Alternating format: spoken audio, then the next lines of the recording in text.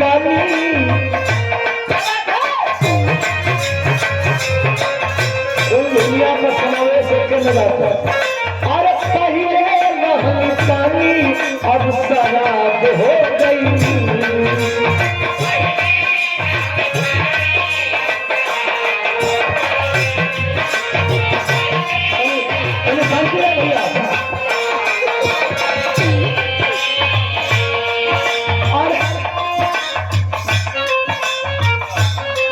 सुना सुना अरे तोहरा खातिर तना का खराब हो गई।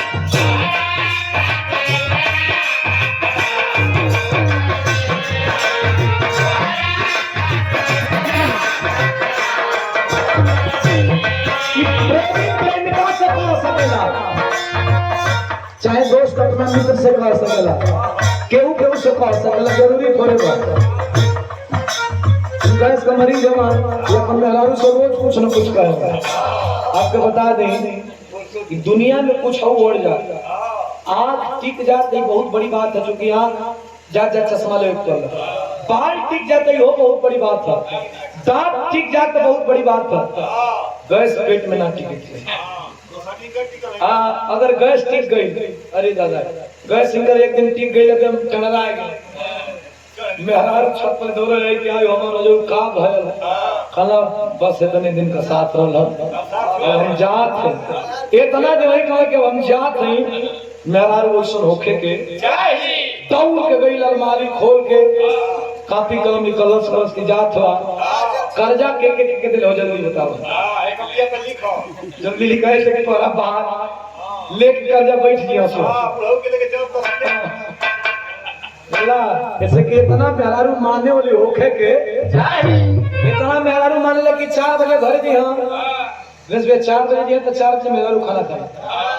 सच्चाई बताओ कि कहीं जवान में कहीं पूछ लो पतिव्रता ये अगर 4 बजे घर दिए तो 4 बजे भोजन करेंगे हम कहीं सही में हो कल हाँ भैया हम कल कहे मर्दे कल हम माने ले 4 बजे जाई 5 बजे जाई 5 बजे भोजन कर ले हम कल कहा है कल भी हम जाई ले बनाई ले तब कैसे अरे पहले रहनी पानी अब शराब हो गई।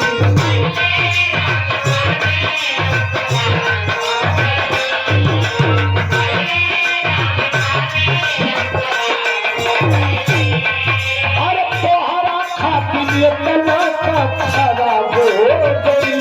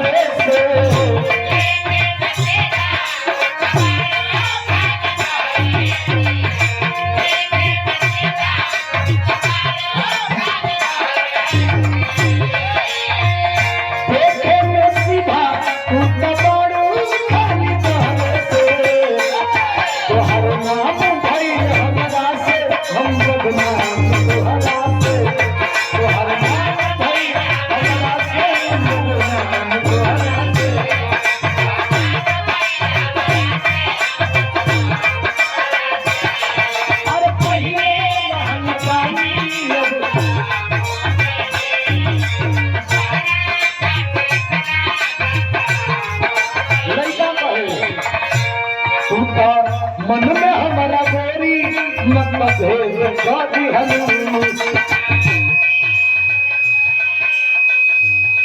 हमनों को इज्जत इज्जत का मतलब ही कि कैमरा पर आदमी देख लिया कुर्सी लाल लाल हो गई तत्काल आदमी हमन को विराट टिकट होके लगे बड़ा मन मार्केट में उछाल आ जाए उन्हीं का देश से ऐसा एगो तरह सुन नहीं बा